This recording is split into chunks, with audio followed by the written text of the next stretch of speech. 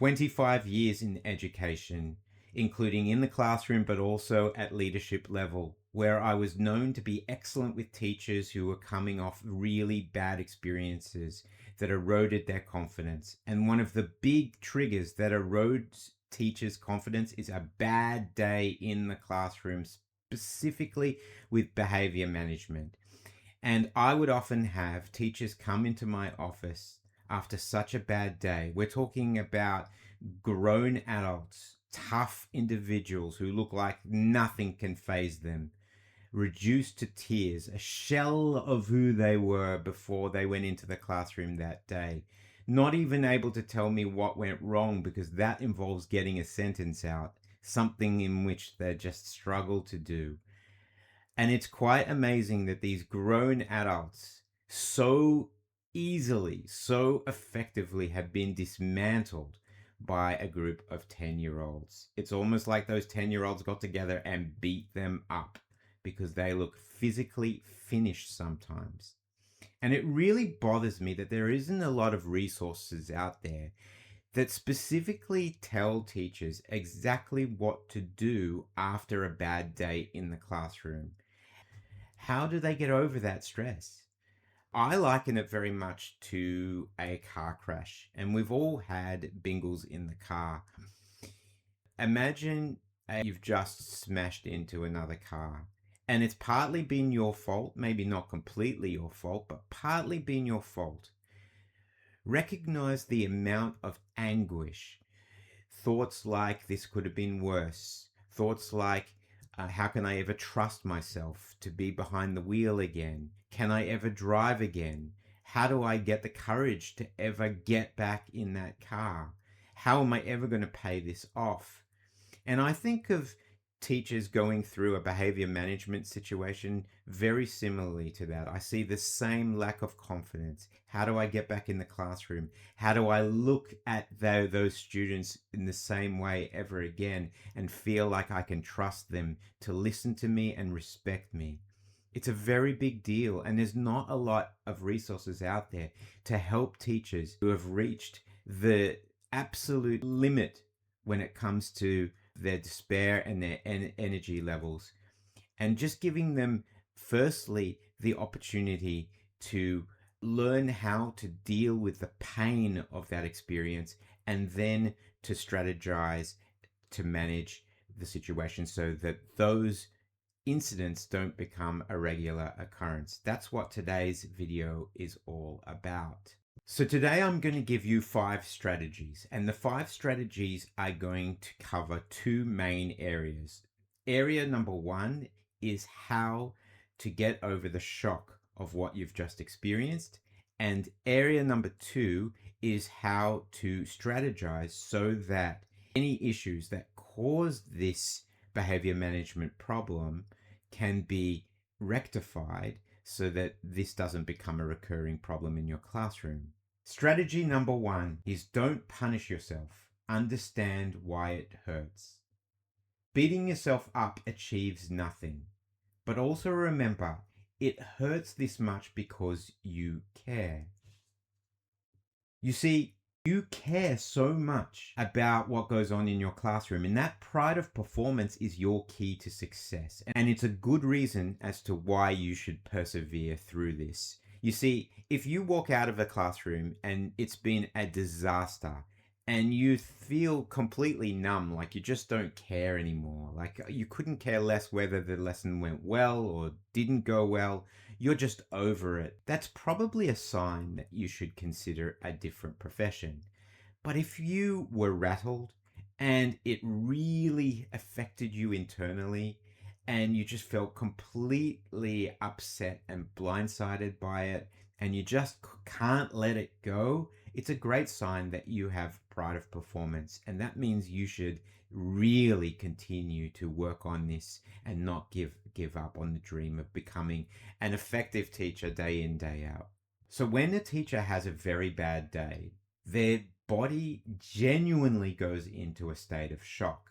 And left unmanaged, it really filters out in your everyday life. So you bring it home to the family, you're different with your friends, you become isolated, you don't sleep properly, which affects your teaching the next day, you eat badly, which again affects your health.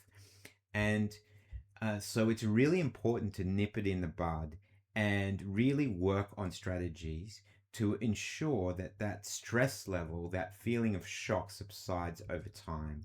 And that might mean listening to good music on the way back home so that you really get it all out of your system in that drive back. And so when you open that door and see your family or deal with your roommates or um, you speak to your friends, that you're not carrying too much of that baggage within you.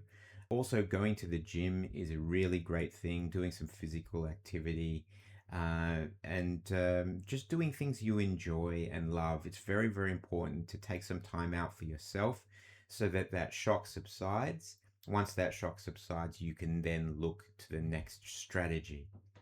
Strategy number 3 is change how the room looks the next day. And this is really interesting because it goes to the heart of the psychology of a child, either a teenager or even preteens.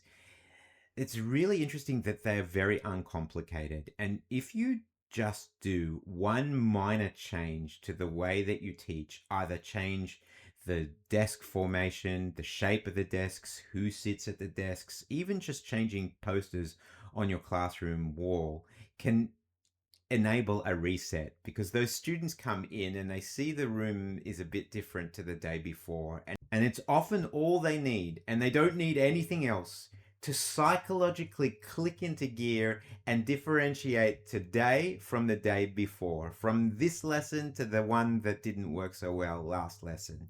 And that's often all they need to sidetrack them so that they're not dwelling on the lesson before and they don't carry a lot of the disturbance from the day before into today's lesson. Strategy number 4, use the reset to tighten your procedures. So this is actually a very, very important strategy, and your chances of success really do rely on following through on this strategy. At some point of time, once the shock has subsided, and once you've worked out what slight differences you're going to make up to the look of the classroom the following day, you're going to have to do a proper debrief, a proper analysis on what were the contributing factors that led to that behavior management incident. What did you get wrong? What processes and procedures, rules and expectations were not quite drilled into the students properly? You're going to have to identify that and deal with that.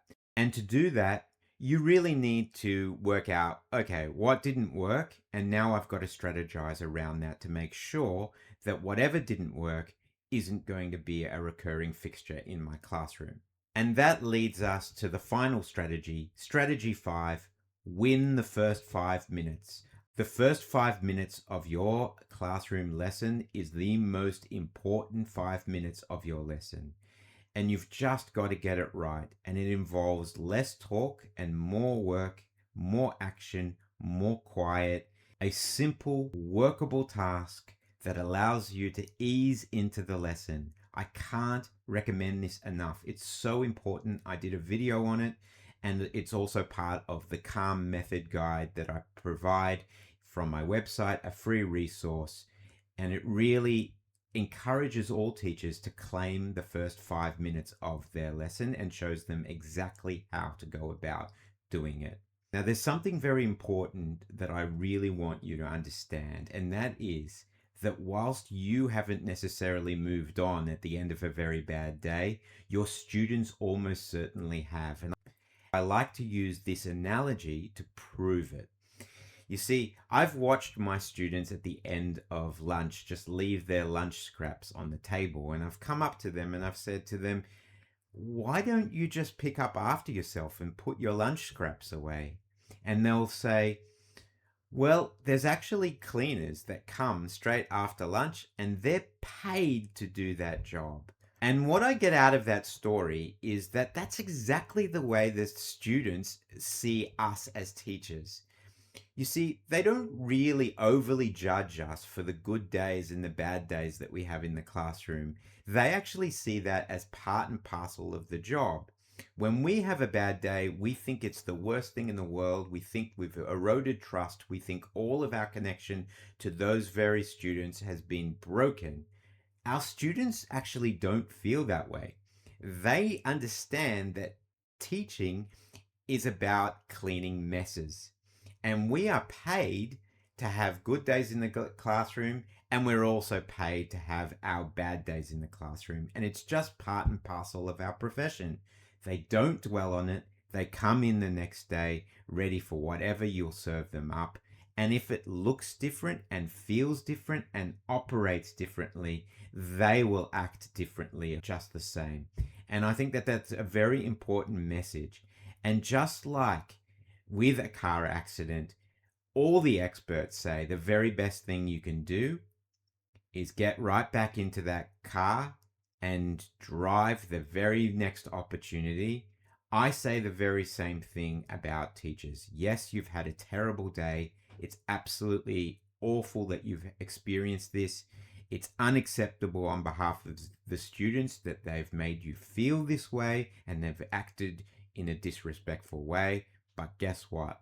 Get back in that car and start driving. And over time, I'm sure using that mindset, things will get better. My name is Michael, and I'll see you next week.